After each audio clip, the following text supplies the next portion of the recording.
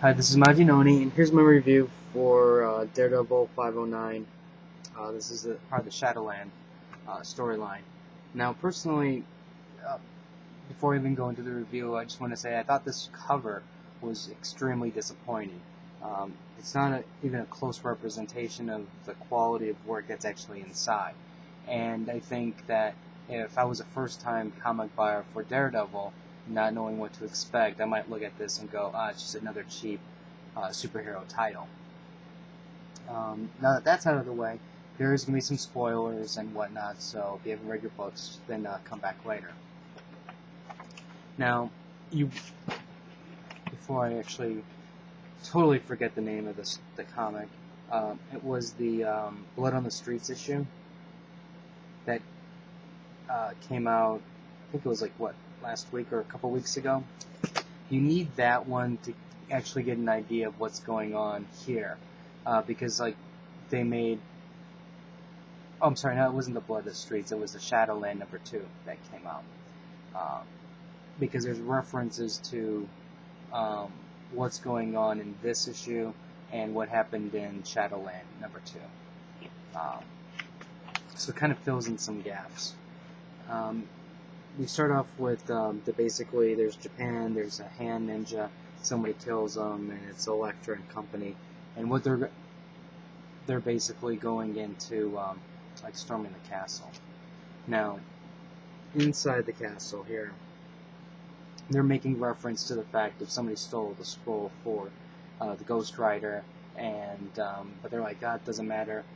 Ghost Rider's not a match for our, champion. I'm paraphrasing everything, so it's not exact. So they get an update from White Tiger, and White Tiger says he's already killed somebody, and they're very pleased with that because he's basically on his way. Now, if you notice, the art is a lot more mature, I guess you can say, versus Stat. Anyways, if you remember the last issue, you had Foggy and Dakota. They got attacked by random ninjas, and there was a nice little battle here. Supposedly ninjas are these ultimate killing machines, and Dakota does actually a pretty good job at holding her own, but eventually she gets overpowered. Lucky for her, Power Man and Iron Fist show up.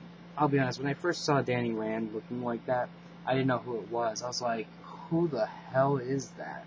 I mean, I know that's Luke Cage, and that maybe it should be Iron Fist, but I don't know. He seems like, see, this is the first pages I kind of saw, so in a way it almost reminded me of Green Arrow. But then I was like, no, that's not Green Arrow, that's Iron Fist. They basically take care of the ninjas, and then they figure out, it's time to visit Matt because something's wrong. Elektra and are leaving the castle. They find out about the plot, what they're doing to Matt. So Elektra's now goal is to basically protect Matt, while ninjas fall into the cavern below, and that allows Elektra to live. Which, I'm like going, okay, there's not a lot of ninja here. Elektra herself, if she led the hand, she should have killed them all. So, personally, I thought that this story, these pages here, were kind of irrelevant. But, I guess you have to do certain things to move the story along a certain way. So you have a woman with a Dead Kennedy jacket, show up at the Shadowland base in Hell's Kitchen. She burns them up. I'm assuming you guys can figure out who she is. She's Typhoid Mary. She says she wants to join up with Matt. Says she's better. The Initiative basically combined all of her personalities into one, so she's better able to control herself. Daredevil's a bit skeptical, and he puts her under observation while he visits his friends. And those friends, if you remember from the other issue, that's Luke Cage, Misty, Iron Fist, and all those guys, and Spider-Man also shows up. So you have Foggy and Dakota. They go to this apartment, and they're watching the situation, and then that's when there's a huge explosion. My guess is that's got to be Ghost Rider. Now, overall, I thought that I mean, it's actually a decent story so far. I am enjoying it.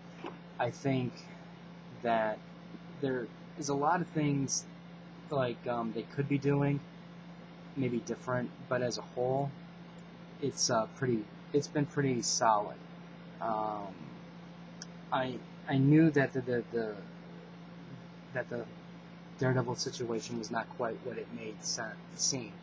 So I'm kind of curious to see how they're going to rectify everything.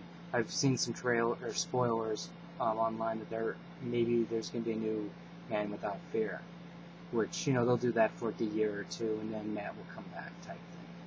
So we'll see what turns out. I still would recommend it. I think it could still be providing an interesting read. If you haven't been reading Daredevil, then I wouldn't feel intimidated by it right now. Even though there's a tremendous backstory about what's going on, you can just jump right in. Just basically start when the Shadowland starts, and you're fine. If you have any questions or comments, feel free to leave it on the side, and subscribe to the channel. Until next time.